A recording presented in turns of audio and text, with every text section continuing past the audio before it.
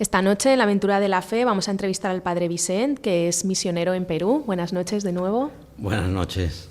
A lo mejor alguno de nuestros oyentes lo recuerdan porque ya lo tuvimos aquí hace algunos años. También hemos tenido jóvenes de la diócesis de Valencia que han pasado por allá a vivir alguna experiencia misionera y ya nos han contado algunas cosas, pero vamos a conocer más sobre la realidad de esa misión. ¿Dónde está concretamente situada la misión? Pues está en el distrito de Santa Rosa, en el norte de la ciudad de Lima, en el extrarradio norte de la ciudad de Lima, 43 kilómetros del centro de la ciudad. ¿Y llevas allí cuánto tiempo? Pues en 2 etapas, pero desde el 2000, en Santa Rosa desde el octubre del 2007. Después del 15 al 19 estuve en Bétera, aquí en Valencia, Bétera y un poquito unos meses en Ondara, y del 19 regresé ya solo al colegio. Hablar de que estás en, digamos, en un sector de Lima es hablar de un mundo, ¿no? Este sector de Santa Rosa, ¿qué características tiene? Porque, claro, Lima es inmenso, ¿no? Sí, Lima es una macrociudad, como casi todas las de Hispanoamérica, unos 100 kilómetros, o sin el casi, o sea, más de 100 kilómetros de sur a norte, y yo estoy pues ya en la entrada norte de la ciudad. Entonces son distritos que se han ido poblando, todo el cono norte de Lima, que es la diócesis de Caraballo, donde también coincidimos unos años con don Francisco, tiene en este momento más de 3 millones de habitantes y es solo el cono norte de la ciudad. Son barriadas que empezaron a hacerse las primeras en los años 60, o finales de los 50, primeros de los 60, empezaron a poblarse las franjas más cercanas al centro de la ciudad. Y ahí ha ido creciendo y sigue creciendo todavía. Lima es un desierto, entonces eran terrenos eriáceos y la gente va pues invadiendo los cerros, las lomas y así van poblando. ¿El tipo de población viene del campo, de otros barrios de la ciudad, por el boom demográfico? Más que boom demográfico, en Perú hace años que sigue creciendo demográficamente, pero no hay un boom ya desde hace años. Lo que sí hay es una migración masiva del interior del país a las ciudades, especialmente a Lima. Sería un poco comparable hasta cierto punto con lo que pasó en España en los años 60. La mayoría de la población sí viene de provincia. La población, en concreto, el barrio donde está el colegio, que es donde ahora estoy yo centrado, algunos vienen de otros barrios de Lima, pero estuvieron como unos meses, diríamos, y de ahí ya encontraron un sitio para vivir en la barriada y vinieron, pero todos son de primera generación todavía. O sea, los niños, algunos han nacido en Lima, pero la mayoría todavía han nacido en provincia y sus padres todos han nacido en provincia. ¿Proceden de algún sector concreto o vienen indistintamente de muchas partes del país? De varias partes, pero la mayoría es norte del país y la selva. Hay bastante gente de la selva. Y en esa realidad con la que convives ya muchos años, ¿qué dificultades encuentras tanto a nivel material como a nivel espiritual? A ver, a nivel material, en la barriada donde está el colegio, pues por ejemplo no hay todavía agua potable, las calles no están asfaltadas y es arena, por tanto de difícil acceso. Eso pues a nivel material supone un problema, pues porque el gasto en el coche tienes que tener coche para poder llegar y después aparte el mantenimiento del coche porque es un coche utilitario que es para ir por ciudad, no para ir por ahí. Pero bueno, eso como el tema del agua, por ejemplo, yo no vivo en la barriada donde está el colegio, vivo en una barriada que está a 2 kilómetros donde sí hay agua potable. En cambio, en el colegio no hay agua potable, las familias, o sea, pasan camiones de agua donde llenan una especie de cisternas que tienen fuera de la casa y bueno, pues a nivel de higiene, por ejemplo, pues se nota, ¿verdad? A nivel material podríamos decir muchas más cosas.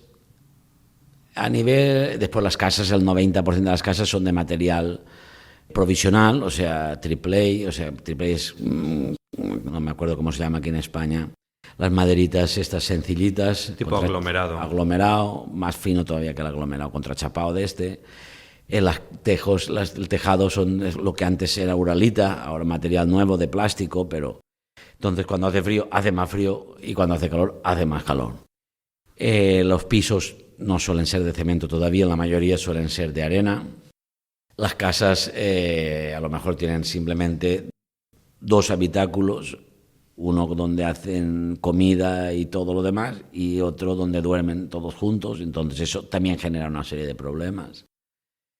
Bueno, eso a nivel material. A nivel espiritual, 2 dimensiones, ¿no? Una, la religiosa, pues la gente tiene religiosidad, pero no tiene formación. De hecho, la inmensa mayoría del barrio no tiene sacramentos. Conservan ciertos rasgos de una evangelización que hubo en los pueblos. Entonces los ves que pasan por delante de la capilla y se santiguan. Tienen un respeto al sacerdote muy grande, pero no saben, no tienen formación cristiana, no son conscientes de lo que les podría ayudar a llevar una vida en gracia de Dios. Es una religión natural, barnizada de cristianismo, ¿no? Es verdad que llevada o basada en una humildad humana bastante grande, que es lo que me hace, pues bueno, en este caso no sería dificultad sino ventaja, o sea, que hace ver que sí se puede trabajar en muchas cosas allí. Lo único que hay que tener paciencia, constancia y no buscar los frutos, el éxito, digamos así, a nivel humano, de frutos rápidos, sino es una siembra para que el Señor vaya trabajando. Pero bueno, la dificultad sería que efectivamente sembrar, los que somos de campo y hemos visto a nuestros padres o abuelos trabajar el campo, pues cuando tienes que arar un campo de nuevo, empezarlo de nuevo, tiene unas dificultades, que nunca ha sido trabajado ese campo y por tanto es más difícil de romper la tierra. Cualquier conejo puede comerse los pequeños brotes de la viña cuando la has sembrado, pero también es verdad que tienes la alegría, la satisfacción de ver que van brotando. Pues es verdad que muchos se secan, ¿no? Pero aquí yo el ejemplo que pongo siempre es como ver aquí en Europa, o al menos en Valencia, las parroquias, las iglesias serían como un gran árbol, no sé, una especie de algarrobo o de olivo grande, milenario, pero con la mayoría de las ramas secas. Es verdad, el árbol sigue siendo grande y sigue haciendo sombra, y asombra incluso allá. De hecho, yo soy de aquí y estoy allá sirviendo, ¿no? Pero sí te da muchas veces la impresión de que este olivo se está muriendo. Y allá, en cambio, es una pequeña ramita que está saliendo ahora del suelo, que puede ser que dentro de 200 años sea un árbol grande, o puede ser que se seque mañana. Esas dificultades y esas ilusiones, ¿no? Ahora que has hablado de esa ramita que está surgiendo, ¿cómo surge el colegio? ¿Cómo surge la parroquia? Ya estaba allí, hay una inquietud por parte de la gente, hay una inquietud por parte de la iglesia. ¿Cómo surge el proyecto donde estáis actualmente? A ver, el barrio está a 6 kilómetros más o menos del centro parroquial, o sea, donde está la parroquia, del barrio donde estaba la parroquia, donde yo vivía cuando me envió el obispo de párroco allí, detrás de unos cerros, o sea, de unas montañas. Entonces vino una familia a preguntarme, preguntando por mí, les habían dicho que yo era el párroco y que me dijeron que había esa barriada y que habían reservado un terreno para capilla, para que pudiera empezar a celebrar misa. Cuando subí a ver la barriada y a ver el terreno y tal, descubrí primero que los pocos niños que vivían, es verdad que en ese momento no había muchos niños, no tenían colegio, los pequeñitos están sin escolarizar y los mayores, o sea, de cuarto, quinto de primaria, iban caminando al colegio más cercano, que estaba a 2,5 kilómetros, en subida y bajada sin ningún tipo de transporte público. Entonces, bueno, yo digo que fue el Espíritu Santo el que me empujó, porque yo nunca había tenido nada que ver con colegios, ni me había pasado por la cabeza, ni había pensado. Es más, yo siempre decía que no veía que eso fuera la misión de la Iglesia, que en todo caso la Iglesia tenía que empujar al Estado a que hiciera eso. Por eso digo que fue el Espíritu Santo el que me empujó a eso. Bien, el colegio surgió por eso, o sea, por esa necesidad que vi y porque creo que el Espíritu Santo puso en mí esa inquietud. Después, durante los 15 años ya de existencia del colegio, cada año, cuando empezamos el año, no hay dinero normalmente más que para llegar hasta mayo-junio. Pero todos los años llegamos hasta diciembre pagando los sueldos y sin deber nunca. Cuando llega diciembre no suele sobrar, suelen sobrar 200, 500, 1.000 euros como máximo. Pero todos los años hemos pagado los sueldos de los maestros y no debemos nada. Y eso ha sido gracias a la generosidad de muchos, ¿no? Entonces, el colegio surgió por el Espíritu Santo y se mantiene por la providencia divina a través de los buenos corazones, ¿verdad? Bien, ¿eso cómo surgió el colegio? ¿Qué más me habías preguntado? Sí, bueno, te preguntaré de la parroquia, pero ya que estamos en el colegio, en la población que atiende el colegio, ¿qué cursos ofertáis allí? El colegio es toda la edad escolar obligatoria en Perú, desde los 3 años hasta quinto de secundaria. En Perú es paralela a la de aquí de España, pero lo que aquí sería primero de bachiller, allí es quinto de secundaria, que sigue siendo obligatorio. Y en lo que no existe es segundo de bachiller en Perú. Se termina en quinto de secundaria y ya pueden postular a la universidad. Esos son los grados que ofrece el colegio. La pregunta que me habías hecho de la parroquia, a ver, la barriada del colegio sigue sin ser parroquia. Pertenece a la parroquia Santa Rosa y yo la atiendo sacerdotalmente, ¿no? Delegado por el señor obispo, por el párroco actual de la parroquia Santa Rosa fue seminarista cuando yo estaba allí de párroco, por tanto hay mucha amistad y hay... Ahora cuando yo estoy aquí, él es el que está sirviendo la capilla del colegio. O sea, la capilla del colegio funciona como iglesia, aquí en España diríamos parroquial, o sea, de toda la barriada. La barriada son más de 5.000 habitantes. Ahora todavía no es parroquia ni tiene infraestructura humana para poderlo ser. A misa va creciendo poquito a poquito la gente que viene los domingos, pero bueno, vendrán 80 o 100 personas como máximo. Además variables, un domingo tienes unos, los otros domingos tienes otros. De momento para mí es un recordar cuando empecé como cura, porque casi tengo que hacer de todo, o sea, desde limpiar el polvo de los bancos de la capilla los domingos por la mañana, tengo que ir tempranito porque me tengo que preparar yo las cosas, porque todavía no tengo gente de confianza que pueda formar para que me puedan un poco llevar la iglesia en ese sentido material o humano.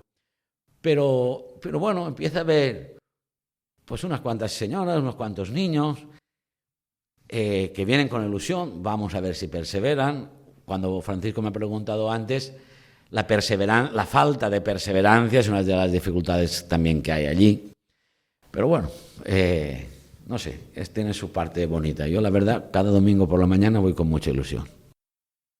Y acabas de comentar que has recordado el inicio de cuando eras sacerdote aquí en Valencia. ¿De dónde te viene la vocación misionera? Vamos a retroceder un poco. ¿Por qué estás donde estás? ¿Cuál es el origen de esa vocación? Bueno, usted, don Francisco, sabía algo, porque fuimos compañeros en el seminario, estábamos juntos en la delegación de misiones en el seminario, en la comisión de misiones. En el seminario, en aquella época, nos invitaban cuando entrábamos al seminario a inscribirnos a alguna comisión, se llamaban así, de distintos servicios que tenía que hacer la comunidad del seminario. Y uno de ellos era el de misiones, que teníamos que acoger a los misioneros cuando venían de visita. Y bueno, no me acuerdo más qué cosas hacíamos. Oraciones, yo recuerdo una oración al mes. Oraciones, etcétera. Entonces, ¿por qué me inscribí en la comisión de misiones y no en cualquiera de las otras comisiones? Pues no me acuerdo. Pero supongo que porque tendría un poco la inclinación misionera ya ahí. Pero la verdad no sabría identificar cuándo empecé a tener esa inquietud. Sí recuerdo que en el 99, o sea, que vino Alexandre Lapont, que estaba de misionero en Mozambique. En Zimbabue, perdón, y nos invitó a ir. Entonces, 4 nos apuntamos. Pero después nos dijo que si no sabíamos suficiente inglés, no, porque él no podía estar pendiente de nosotros. Entonces el rector nos animó a que nos fuéramos a Perú. Entonces 4 compañeros, o sea, 3 compañeros y yo, empezamos todos los meses a poner en una hucha el dinero y 2 años después, 2 de nosotros fuimos a Perú.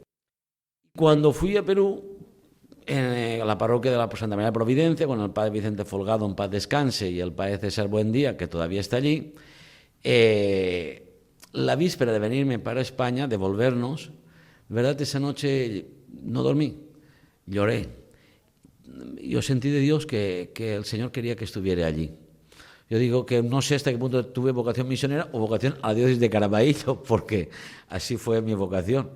Y entonces cuando vine, después de hablar con mi director espiritual, hablé con el arzobispo porque yo le planteé a don Agustín García Gasco que yo quería ordenarme de cura allí. Y él me dijo 5 años en Valencia y después te envío. Y así fue. Has hablado también de las dificultades, ¿no? Porque a veces cuando hablamos de la misión parece como que florezca todo, que haya mucha gente. Entonces, quería preguntarte sobre las dificultades en estos medios, ¿no? Sobre todo con la población juvenil.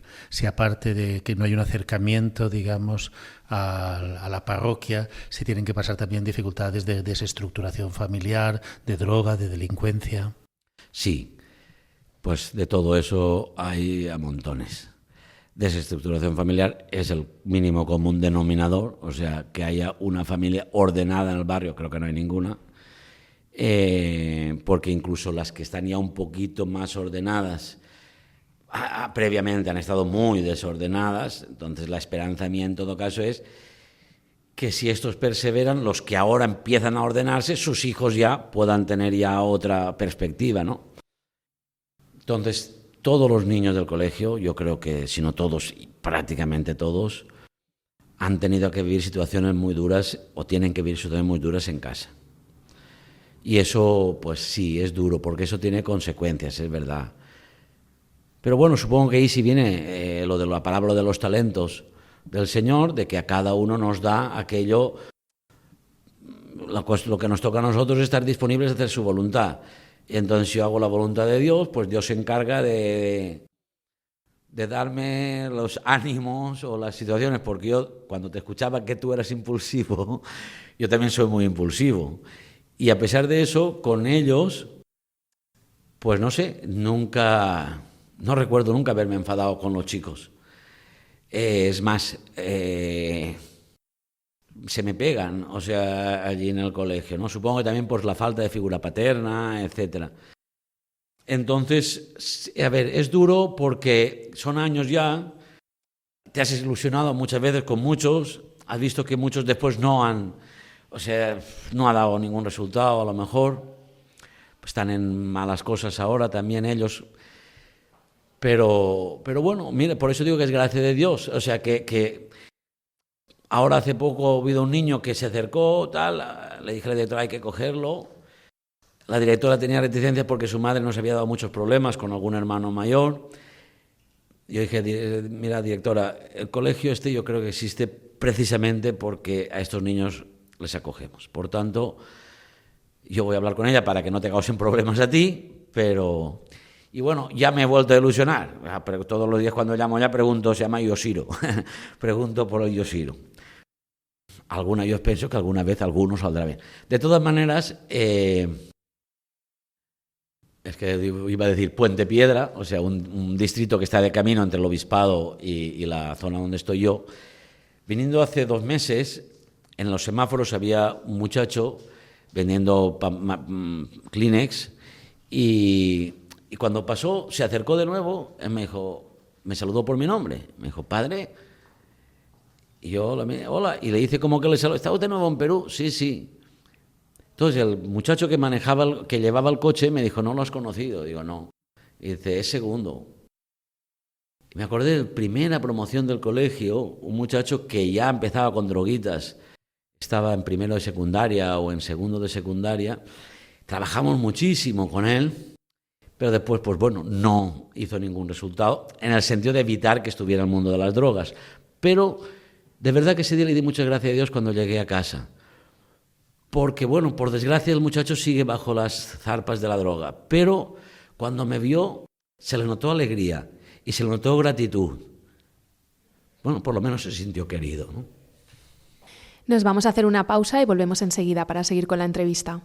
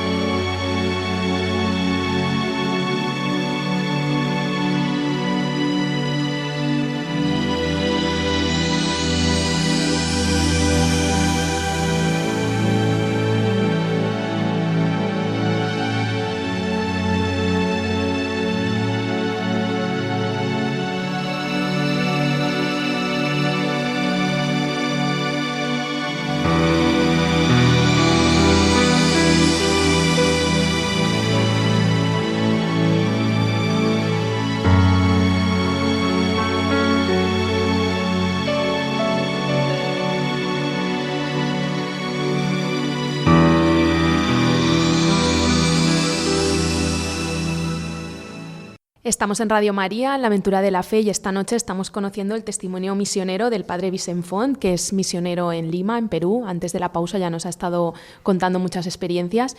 Y yo le quería preguntar ahora sobre las fiestas, porque yo tuve la oportunidad de estar allí en el verano del 2016 y vivimos, no sé si todavía se hace, esa gran fiesta del bingo, que fue una experiencia espectacular para nosotros. Sí, eso, el bingo show kermés.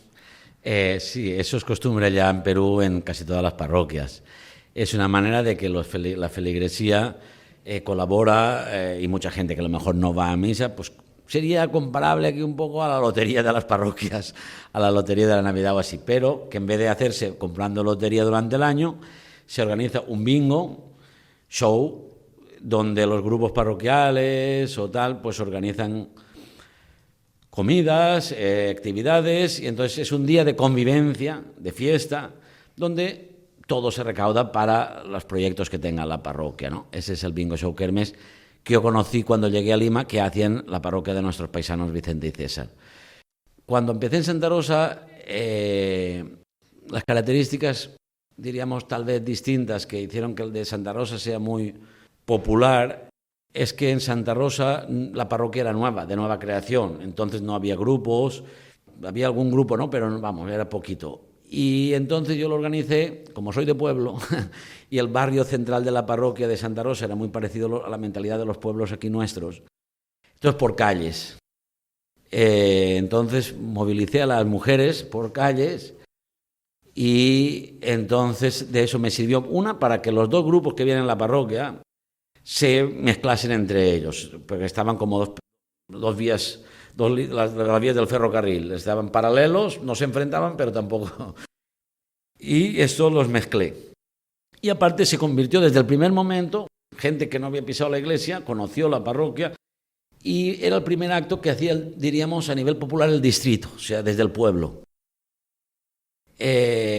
Como además allí no hay nada de confianza en las autoridades, pues, y ahí nosotros dábamos las cuentas de todo, entonces supongo que eso también hizo que el pueblo, también los no practicantes, los no creyentes, bueno, allí no creyentes prácticamente no existen, ¿no? Pero la gente que no suele ir a la iglesia, incluso evangélicos, o sea, se mezclasen, se perdieron, porque en el fondo, sí, efectivamente, como tú lo viviste, se ha convertido en el día mayor de fiesta en ese pueblo, ¿no?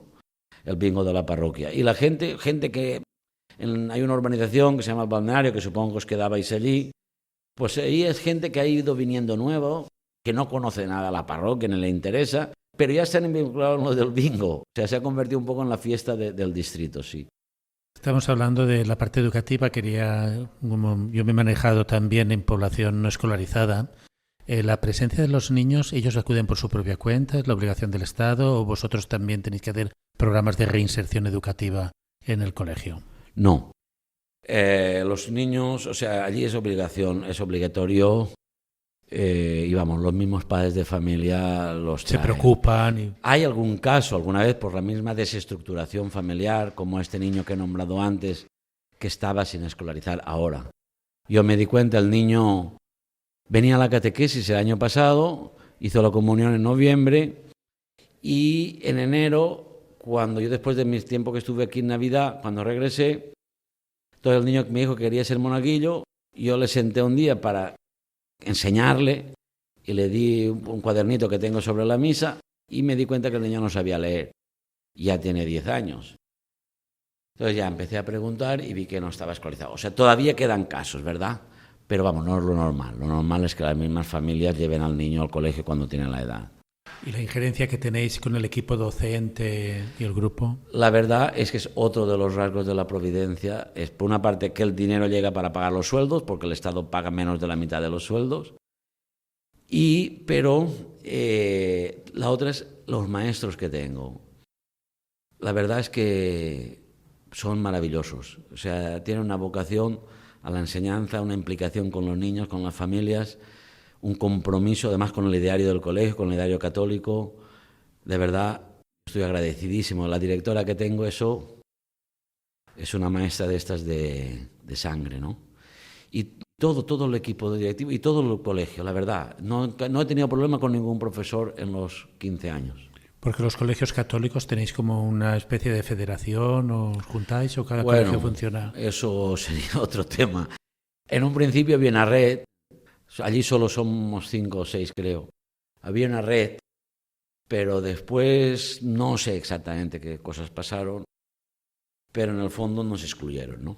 Eso siempre fue doloroso para mí, pero bueno, el Señor sabe por qué y ya está, no pasa nada.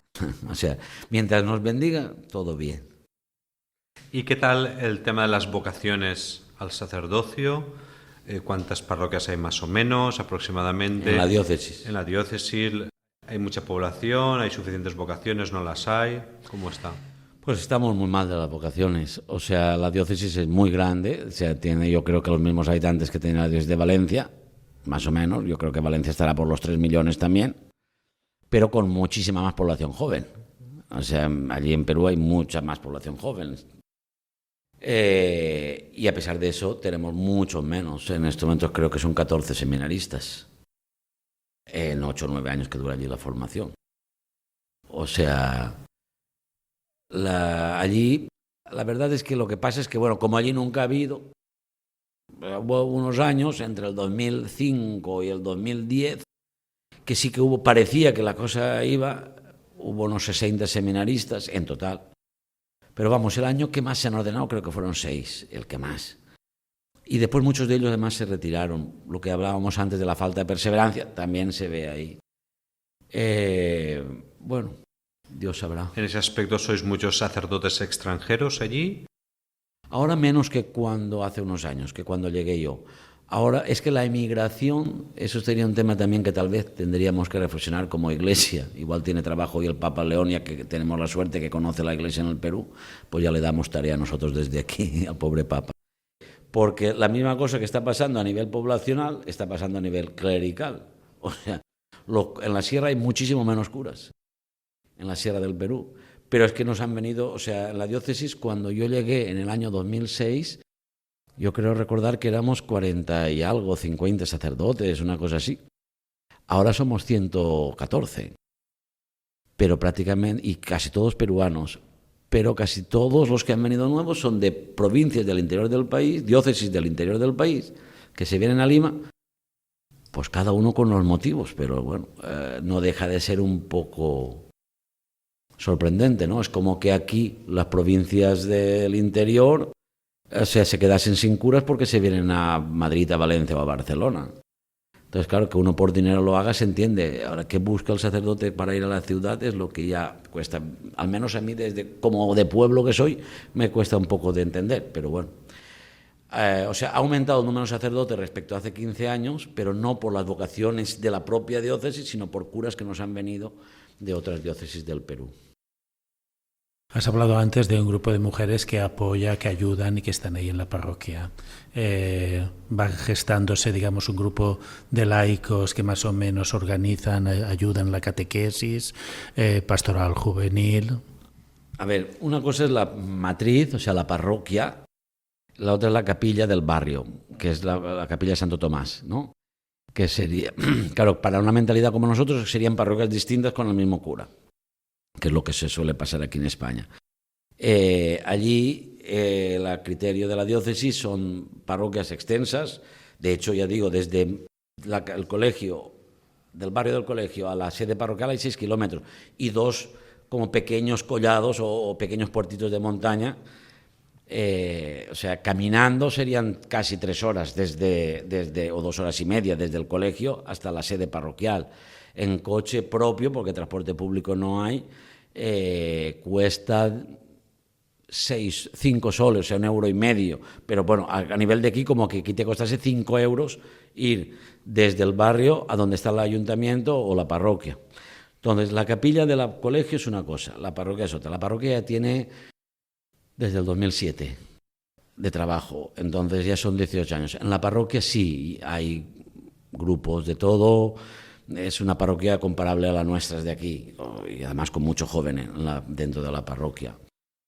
La capilla del colegio no, la capilla del colegio recién está formándose, a pesar de que estamos ya 14 años, diríamos, de presencia, de misa dominical. Pero es verdad que no había un sacerdote allí, ¿no? Eso ha empezado ahora, hace 1 año y medio, que yo le pedí al párroco que me centrase solo ahí, precisamente para ver si se puede ir creando una comunidad parroquial alrededor de la capilla. ¿Tú te desplazas de la parroquia todos los días al colegio? Sí, desde la casa donde vivo al colegio, sí, todos los días. Vamos, pero desde donde yo vivo al colegio está 5 minutos en coche propio. Y atiendes, digamos, lo que es la parte de colegio y después actividades parroquiales. Exacto. Parroquiales, aunque no sea parroquia, ¿no? Sí, pero vamos, hoy por hoy yo estoy toda la mañana en el colegio, hasta mediodía, y los domingos sí estoy toda la mañana ahí. Y los viernes por la noche, desde hace unos meses, empecé también el rosario y tal, y un poco de formación, si vienen algunas personas, para ir viendo si se va creando una pequeña comunidad. La parte de lo que es la formación de adultos es lo que más cuesta, ¿no? Y de jóvenes, cuesta, de verdad, hombre, que vengan cuesta. Y de hecho, pues, cada vez que subo, pero es lo del salmo este de Calir iba llorando, llevándola, pues eso me acuerdo yo, porque sobre todo los viernes, porque los domingos digo, como es tempranito voy contento, pero los viernes, como estoy cansado de toda la semana, y a las 6 de la tarde, además sé ya de antemano que a lo mejor no viene nadie, a lo mejor vienen uno, a lo mejor vienen dos, que seguramente no son los mismos que los viernes pasados, entonces no puedes hacer, pues vamos a seguir la formación. A veces son 2 señoras mayores, a veces son 2 muchachas jóvenes. Entonces sí que cuando subo los viernes digo, será sí, señor, pero después, cuando bajas siempre pasa algo que bajas contento. Pues mira, bendito sea el Señor. ¿Y grupos de otras denominaciones, grupos evangélicos? Un montón. El 35% de los niños del colegio son evangélicos. Pero tampoco tengo amistad con un pastor evangélico. Sí, lo mismo, ¿no? Tengo amistad y le pregunté, oye, ¿qué hacéis para que con vosotros sí sean perseverantes? Dice, ¿quién te ha dicho que con nosotros son perseverantes? Y el año pasado yo en la formación que tengo con los padres del colegio, tengo una reunión mensual con los grupos de padres, tengo los padres separados en grupos. Todos los evangélicos los tengo aparte, o sea, 3 grupos de evangélicos, porque a los católicos intento darles formación en la fe. Entonces a los evangélicos pues hablamos de otros temas. Y entonces les pregunté el año pasado a qué iglesia pertenecían, porque dentro de los evangélicos hay 50.000 ramas distintas, aunque el paso que da a los católicos estamos ya a punto de igualarles también. Y entonces empezaron a decirme, pues la mitad no sabían. Yo les dije, pero a ver, ¿cómo se llama la iglesia a la que va? Pues la verdad no me acuerdo, padre. O sea, a ver, lo que hay es una falta de solidez, de estructura, de formación, igualdad que sea católico que evangélico. Entonces igual, pero como tiene religiosidad y aparte en esas barriadas no hay nada más, porque a lo mejor vivían en una barriada más al centro de la ciudad, pues igual se van al centro comercial a despejarse, pero allí no tienen otra cosa, entonces pues han abierto una iglesia evangélica, pues están llorando porque el marido les ha pegado, pues igual se van allí. Y durante un tiempo están, después dejan de ir, después a lo mejor te vienen a la tuya. O sea, lo que sí hacen, el mal que hacen allí los grupos evangélicos es que los marean mareados. Y entonces después tienen un berenjenal en la cabeza de, no, yo creo en Dios, pero no en la Virgen, pero no... Y pierdes un montón de tiempo en esas tonterías, ¿no? Has nombrado a la Virgen y siempre normalmente es como una seña de identidad en la población hispanoamericana, ¿no? La devoción a la Virgen. ¿Se da aquí en Perú o no se da? Sí. La Virgen María es la jefa. A ver, yo creo que eso que en el Evangelio, cuando Jesús en la cruz nos lo da a todos sus discípulos, a todos sus hijos, ¿no? Hijo, ahí tienes a tu madre. El pueblo sencillo, el pueblo fiel, así lo ha vivido siempre, incluso los más alejados, ¿no? Yo recuerdo siempre desde niño a personas que no eran de ir a iglesia y tal, pero tal, a la Madre de Dios, a la Virgen, cada sitio con la advocación que tenga. Y después incluso a nivel personal, cuando yo he estado en algunos momentos de bajón o lo que sea, mirar a la madre, al final las madres biológicas tienen un papel. O sea, creo que todos los hijos estamos muy cogidos a ella. Entonces yo creo que por eso Dios en su providencia nos dio a la Virgen María también, como madre. Y eso, pues los más sencillos yo creo lo tienen más claro. Y en la realidad que te toca vivir, ¿cómo siembras esperanza allí? Ante realidades tan duras, tan diferentes, ¿cómo sembrar? Bueno, en todas partes, ¿no? Pero tú, ¿cómo intentas sembrar en esa esperanza que en este año jubilar que estamos viviendo, que no sé qué situaciones, qué actitudes tienes, donde intentas mostrar la esperanza para que la gente que tanta dificultad tiene allí pueda encontrar una luz.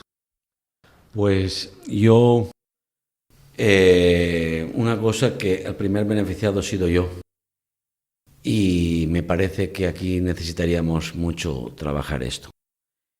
En una situación así, la única esperanza es descubrir la fe, pero la fe de verdad y la fe completa. Yo creo sinceramente que en nuestra realidad hemos olvidado toda la parte del Evangelio y de la Sagrada Escritura que nos habla de la otra vida. Entonces, hemos centrado tanto el mensaje de Cristo en nuestros acontecimientos, en nuestro día a día y tal, que claro, es importante poder ver al Señor en cada día, ¿no? Que como que nos hemos vuelto también dentro de la Iglesia inmanentistas, o sea, del techo para abajo. Y entonces, por mucho que nos esforcemos en decir que, bueno, que sí, es verdad, tal, mira, pero hay signos de esto, pero hay signos de aquello, caramba, cuando vives en realidades duras. Pero es que también nosotros aquí, o sea, de repente, tu esposa tiene cáncer, y a ver cómo pones esperanza. Es que el otro día me pasó con una persona muy cercana a mí, con un matrimonio joven, que el marido me dijo, ¿pero ahora qué? ¿Y esta vida qué es? Entonces, yo le hablé desde allá. Es verdad que nos pueden acusar los cristianos, y nos han acusado desde ciertos sectores a lo largo de la historia, de que eso es hacer de la religión un opio del pueblo. Pero a lo mejor es que no es que es opio del pueblo, a lo mejor es que si no hay un cielo, si no hay un mundo nuevo donde no haya ni llanto, ni luto, ni dolor, sino una paz y alegría eternas, la vida del hombre es una porquería. Es decir, porque entonces no es justo, porque queramos verlo como queramos verlo, en esta vida los que hacen lo contrario a Jesucristo, la verdad es que triunfan. Lo queramos vender como lo queramos vender. Y podemos ver el mundo de la política, el mundo global, el mundo de los negocios. Si optas por el bien y tal, pues eres el tonto. Si quieres progresar y quieres prosperar, tienes que optar, como mínimo, por no decir la verdad o disimularla. Porque si no, no subes ni en el mundo de la política, ni en el mundo de los negocios, ni en el mundo de todo lo que tenga que ver con el poder. Entonces, si Cristo ha resucitado, es porque ha dicho, oye, que esto no es lo último. Que esta vida es un tiempo donde tenéis que aprender a amarme y servirme, que lo queréis eternamente en el cielo. Entonces, desde ahí es lo que uno cobra esperanza, decir, bueno, tengo que sufrir aquí, es verdad. He nacido en una barriada como esta, mi padre pega a mi madre, no sé cuántos, pero ¿y cómo les intento sembrar esperanza? Y si tú te coges al Señor, te dejas ordenar por el Señor, pues a lo mejor tú ya no repetirás eso con tu esposa. Podrás tratarla con la dignidad que tiene una mujer. Podrás respetarla. Desde ahí es lo que intento sembrar esperanza. Ahora que regresas a Perú, hemos estado un poco compartiendo tus anhelos, ¿no? ¿Cuál sería el anhelo tanto para la escuela como para esa capilla que es, digamos, un centro de evangelización o de pastoral? Bueno, pues a ver, mi anhelo de la capilla pues es lo que te decía, o sea, pues que vaya cuajando, que vaya viendo personas que vayan perseverando, pueda ir delegando en ellos ciertas cosas, que es lo normal, ¿no? Pero bien, eso también, cuando uno va haciendo ya años, ya son años de ser cura y de tener experiencia en distintas realidades, pues uno va aprendiendo que los tiempos de Dios son los que Él quiere, por tanto no hay que tener prisa, Él tampoco tuvo prisa. Y después el anhelo, y físicamente, pues el año pasado el señor arzobispo don Enrique me ayudó para hacer el presbiterio de la capilla, quedó muy bonito. Pues ahora nos faltaría hacer las paredes, no de material bueno, pero sí de por lo menos de pladur, se llama aquí en España, ¿no? Que ya no tuvieran polilla y un poco menos de polvo. Pero bueno, vamos, que poquita, sí, la realidad, mis anhelos. Después en el colegio, bueno, pues que haya realidad, que pueda haber gente que pudiera aparecer, pues alguna fundación, algún empresario de estos grandes, que se enamorasen de esto, que vieran que esto es una puerta al cielo, que pudieran apadrinar, asumir el colegio a nivel económico, no porque yo quiera dejar de estar allí, yo soy feliz estando allí, sino porque para no tener que estar todos los años esperando a ver quién... y a lo mejor incluso independizarme totalmente del gobierno. O sea, ser un colegio independiente para poder dar una pedagogía un poquito más centrada en el ser humano, ¿no? Pues con estos anhelos y estas ilusiones llegamos al final de nuestro programa de hoy, de la Aventura de la Fe. Muchas gracias por haber estado esta noche con nosotros. Gracias a vosotros por todo. Gracias por todo, sí, y buen viaje de regreso a Perú. Muy bien, gracias a vosotros, gracias Francisco y a vosotros por estar aquí. Pues despedimos a nuestro invitado, a nuestros colaboradores y les recordamos que aquí en la Aventura de la Fe volveremos dentro de 15 días. Mientras tanto, nos pueden encontrar en las redes sociales, también nos pueden escribir al correo electrónico laventuradelafe@radiomaria.es y recuerden que pueden volver a escuchar este programa o cualquiera de los que ya hemos emitido descargando el podcast de la web de Radio María. Buenas noches.